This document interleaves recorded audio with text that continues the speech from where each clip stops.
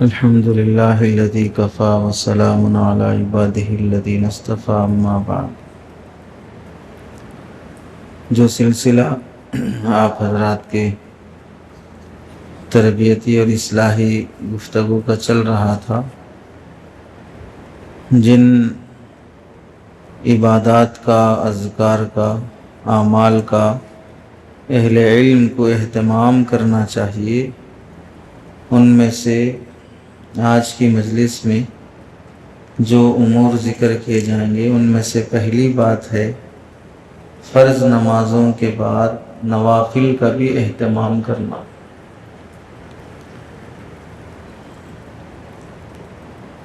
نوافل کی شریعت میں بڑی اہمیت ہے۔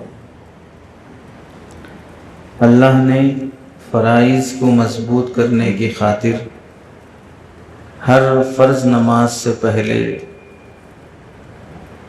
یا نماز کے بعد سنن اور نوافل کا مستقل شریعت میں اہتمام رکھا ہے۔ آپ دیکھ لیں، فجر کی نیند سے بندہ اٹھنے سے پہلے ہی فرض نماز فجر کی پڑھنے سے پہلے اللہ نے تہجد رکھی ہے۔ تہجد پڑھ کر پھر فجر کی نماز کے لیے آؤ۔ پھر فجر کی فرض پڑھنے کے بعد اللہ نے تھوڑی دیر ذکر کا شریعت میں نظام بنایا، پھر اشراق کی نماز رکھی۔ 1-2 گھنٹے نہیں گزرتے اللہ نے چاش کی نماز رکھی۔ پھر تھوڑی دیر کے بعد ظہر کا وقت شروع ہوگا، تو زوال کے بعد بھی نوافل کا اہتمام ہے۔ ظہر سے پہلے سنت ہے، ظہر کے بعد سنت ہے، عصر سے پہلے سنت ہے، صرف مغرب سے پہلے کوئی نفل نماز نہیں رکھی گئی۔ پھر مغرب کے بعد بھی نوافل ہیں، عشاء سے پہلے نفل ہے، عشاء کے بعد نفل ہے۔ تو ہر 2-2 گھنٹے کا اگر بندہ حساب کرے گا تو اللہ نے ہر 2-2.5 گھنٹے میں نوافل رکھنا اس بات کی دلیل ہے کہ بندے کو ہر 2 گھنٹے میں اللہ کی طرف متوجہ ہوتے رہنا چاہیے۔ اس سے اللہ کا قرب نصیب ہوتا ہے۔ اس کی مثال، دلیل پہلے حضرت نبی کریم صلی اللہ علیہ وسلم کا ارشاد ہے، بخاری شریف کی روایت ہے، ما یزال عبدی یتقرب الی بالنوافل حتی احبہ فاذا احببته كنت سمعه الذي يسمع به وبصره الذي يبصر به ويده التي يبطش بها ورجله التي يمشي بها۔ اللہ رب العزت فرماتے ہیں کہ میرا بندہ نوافل کے ذریعے سے میرے اتنے قریب ہوتے رہتا ہے کہ میں خود اس سے محبت کرنے لگتا ہوں۔ حتیٰ احبہ، یہاں تک کہ میں خود اس سے محبت کرتا ہوں۔ ہم سب کی محنت یہ ہے، جیسے محبوب العلماء والصلحاء، محبوب الاولیاء، نیک لوگوں کا محبوب بننا سب سے بڑی چیز ہے، اللہ کا محبوب بننا۔ نیک لوگوں کا محبوب بننا یہ علامت ہے کہ وہ اللہ کا بھی محبوب ہے۔ اللہ تعالیٰ جب بندے سے محبت کرتے ہیں تو پھر اپنی محبت کو عام کرتے ہیں اور اپنی مخلوق کے دل میں بھی اس کی محبت پیدا کرتے ہیں۔ ہم دیکھیں کہ اگر ہمیں اپنی اولاد پسند ہے، ہمیں اپنے کپڑے پسند ہیں، اپنے استعمال کا فون، کتابیں، سامان پسند ہے، اپنے کھانے کی ڈش پسند ہے، اپنا کاروبار ہم کو پسند ہے، اپنا ادارہ ہم کو پسند ہے، تو بندہ ہر ملنے جلنے والے کے سامنے اپنی پسند کا تعارف کراتا ہے۔ یہ میرے بھائی ہیں، یہ میرے بیٹے ہیں، یہ میرا مدرسہ ہے، یہ میری فلاں چیز ہے۔ دوسروں کے سامنے تعارف کرانا یہ اس سے تعلق اور محبت کی علامت ہوتی ہے۔ تو اللہ تعالیٰ بھی جب کسی بندے سے محبت کرتے ہیں تو پھر اس کا تعارف اپنی مخلوق میں کراتے ہیں۔ تو پھر بندہ معروف ہوتا ہے، مشہور ہوتا ہے، مقبول ہوتا ہے۔ شہرت کی خاطر اگر کوئی کام کرتا ہے تو اللہ اسے کامیاب نہیں کرتے ہیں، اللہ کی خاطر اگر کوئی کام کرتا ہے تو پھر اللہ اسے عام کرتے ہیں۔ تو نوافل کے ذریعے سے اللہ جب بندے سے محبت کرتے ہیں تو وہ محبت اللہ بندوں کے دل میں ڈالتے ہیں، تو بندے بھی اس سے محبت کرنے لگتے ہیں۔ دوسرا فائدہ یہ ہوتا ہے نوافل کے اہتمام کا کہ کنت سمعہ الذی یسمع بہ، کہ میں اس کے کان بن جاتا ہوں جس سے وہ سنتا ہے، میں اس کی آنکھ بن جاتا ہوں جس سے وہ دیکھتا ہے، میں اس کا ہاتھ بن جاتا ہوں جس سے وہ چھوتا ہے، اور میں اس کا پیر بن جاتا ہوں جس سے وہ چلتا ہے۔ یہ جملے متشابہات میں سے ہیں۔ اس کا صحیح مفہوم یہ ہے کہ بندہ اپنے کانوں سے وہی کام کرتا ہے جو اللہ چاہتے ہیں، اپنی آنکھوں سے وہی دیکھتا ہے جو اللہ چاہتے ہیں، پھر اپنے ہاتھوں سے وہی چیز چھوتا ہے یا کرتا ہے جو اللہ چاہتے ہیں، اپنے پیروں کو اسی طرف بڑھاتا ہے جہاں اللہ پسند کرتے ہیں۔ مطلب یہ ہوگا کہ نوافل کی برکت سے بندہ پوری شریعت پر عمل کرنے کے قابل ہو جاتا ہے، گناہوں کی زندگی سے بچنے کے قابل ہو جاتا ہے۔ یہ نفل نمازیں اس کے دل پر، دماغ پر، آنکھوں پر، کانوں پر اثر کرتی ہیں، جس کی وجہ سے گناہ کا داعیہ یا برائی کی حرکتیں کرنے کے موقع یا خیالات پیدا نہیں ہوتے۔ مثلا اگر کوئی بندہ تہجد پڑھ کے اللہ کے سامنے رات کے اندھیرے میں سب سوئے ہوں، کچھ رکعتیں پڑھ کر رو کے دعا مانگے، پھر کیا مجال ہے کہ فجر کے بعد وہ جھگڑے کرے، جھوٹ بولے؟ تو اسے خود وہ تہجد یہ احساس دلائے گی جب سب سو رہے تھے تب تو اللہ کے سامنے اٹھ کے رو رہے تھے، اب جب ساری دنیا اور ساری مخلوق اپنے اپنے کام میں ہے، تم ان سے جھگڑا کر رہے ہو، ان سے زبان لڑا رہے ہو، بدنظری کر رہے ہو، تو تنہائیاں تو تم اتنی اللہ کے ساتھ اچھی کرتے ہو اور اس کی مخلوق کے ساتھ ایسے برے رہتے ہو۔ تو یہ نفل عبادتیں خود اسے احساس دلائیں گی کہ تمہیں ایسی حرکتیں نہیں کرنی چاہیے۔ تو ہم اہل علم کو یہ چاہیے کہ کثرت سے نوافل کا اہتمام کریں۔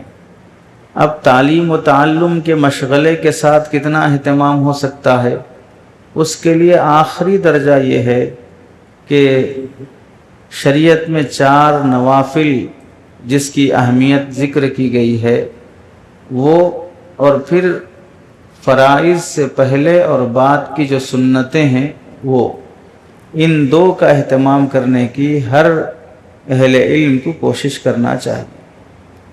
چنانچہ 4 نوافل میں تہجد پہلی نفل ہے، اشراق یہ دوسری نفل ہے، چاشت یہ تیسری نفل ہے، اوابین یہ چوتھی نفل ہے۔ ان 4 نوافل کا اہتمام ہر اہل علم کو، حافظ ہو، عالم ہو، ان کو کرنے کا اہتمام کرنا چاہیے۔ تہجد یہ نوافل میں سب سے اہمیت رکھنے والی نفل ہے کہ کوئی بندہ اللہ کا ولی نہیں بن سکتا تہجد کے اہتمام کے بغیر۔ تہجد کے اہتمام کے بغیر کوئی بندہ اللہ کا ولی نہیں بن سکتا۔ قرآن کا حافظ بن گیا لیکن صاحب قرآن نہیں بن سکا، اللہ والا نہیں بن سکا، تو بہت افسوس کی بات ہے۔ اللہ کا کلام سینے میں ہے لیکن وہ کلام زبان پر نہیں ہے، وہ کلام کی تلاوت تہجد میں نہیں ہے۔ کم از کم 4 رکعت ہی کیوں نہ صحیح تہجد پڑھنے کا اہتمام کر لینا چاہیے۔ اس کا اصل وقت تو سو کر اٹھنے کے بعد رات کے آخری پہر میں اہتمام کرنا چاہیے۔ فقہا نے اس میں راجح یہی بات لکھی ہے، تہجد کے لیے سونا شرط نہیں ہے، البتہ نبی علیہ السلام کا عمل رات کے آخری پہر میں تہجد پڑھنے کا رہا تو ظاہر سی بات ہے رات کے پہلے پہر میں آپ آرام کیا کرتے تھے۔ باقی اگر کسی کو آخری پہر میں اٹھنے میں دشواری ہو تو حضرت تھانوی رحمۃ اللہ علیہ نے یہ بھی لکھا ہے کہ سونے سے پہلے 4 رکعت تہجد کی نیت سے پڑھ کر سو جائے تو اللہ سے امید ہے کہ اسے تہجد کا ثواب ملے گا۔ چونکہ جس وقت یہ سونے کے لیے بستر پر جا رہا ہے عین ممکن ہے کہ اس وقت دوسرے لوگ سب سو چکے ہوں، اور تہجد وہ نماز ہے جو تنہائی میں پڑھی جاتی ہے جبکہ سب لوگ سو چکے ہوں، اور سب سو چکے ہیں اور آپ آخر میں جا رہے ہیں سونے کے لیے، تو گویا کہ عین تہجد کا ہی وقت ہے۔ اس لحاظ سے سونے سے پہلے کم از کم پڑھ لینا چاہیے، اور اس میں اللہ سے یہ دعا مانگ لیں کہ آخری پہر میں بھی اللہ اٹھنے کی توفیق دے دے۔ اٹھ گئے تو پھر اس وقت بھی اہتمام کر لینا چاہیے۔ آخری درجہ اس کا یہ بھی ہے تذکیر اور ترغیب کے طور پر کم از کم سونے سے پہلے تہجد میں اٹھنے کی نیت اور عزم تو کر کے سونا چاہیے کہ اللہ مجھے رات کے آخری پہر میں 4 رکعت پڑھنے کی توفیق دے دے۔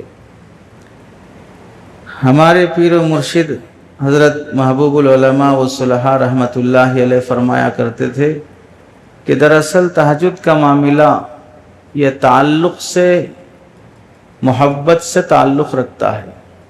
تہجد کا معاملہ محبت سے تعلق رکھتا ہے۔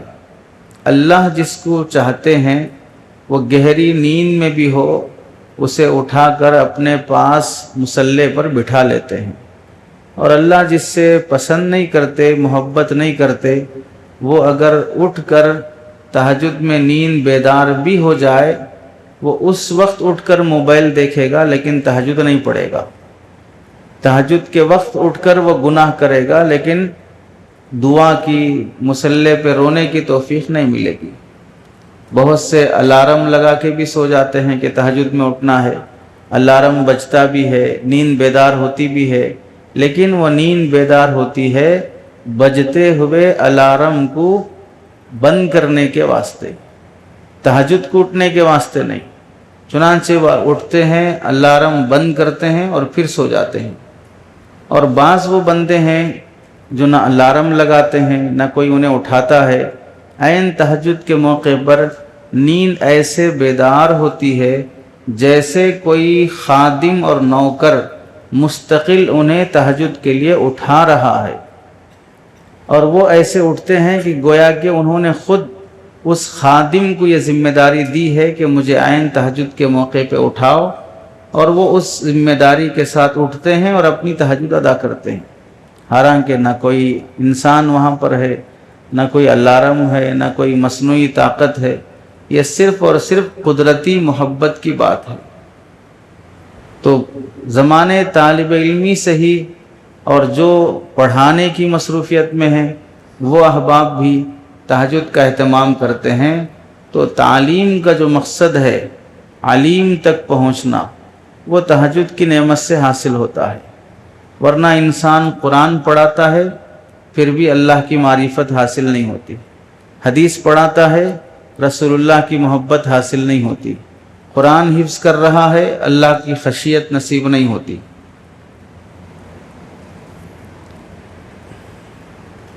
دوسری جو نوافل ہیں اشراق، چاشت، اوابین، یہ 3 نوافل عام طور سے دن کے اجالے میں ہوتی ہیں۔ اشراق بھی انسان جاگتے وقت ہوتی ہے، چاشت بھی جاگتے وقت ہوتی ہے، اور اوابین بھی شام کی جاگتے وقت ہوتی ہے۔ تہجد نیند کے وقت ہونے کی وجہ سے مشکل ہے، اس پر اجر بھی ویسے ہی زیادہ ہے، اس کی فضیلت بھی اتنی ہی بڑی ہے، چونکہ اس میں مشقت بھی زیادہ ہے کہ نیند قربان کر کے اٹھنا پڑتا ہے۔ باقی 3 نوافل میں بندہ جاگتے رہتا ہے، تو اس میں تو کم از کم کوشش کرنا چاہیے کہ اشراق کا اہتمام ہو جائے، چاشت کا اہتمام ہو جائے، اوابین کا اہتمام ہو جائے۔ اشراق میں کم از کم 2 رکعت پڑھ لیں، چاشت میں کم از کم 4 رکعت پڑھ لیں، اوابین میں کم از کم 6 رکعت پڑھنا ہے۔ جس دن چھٹی ہے اس دن اگر وقت ملتا ہے تو 20 رکعت تک اوابین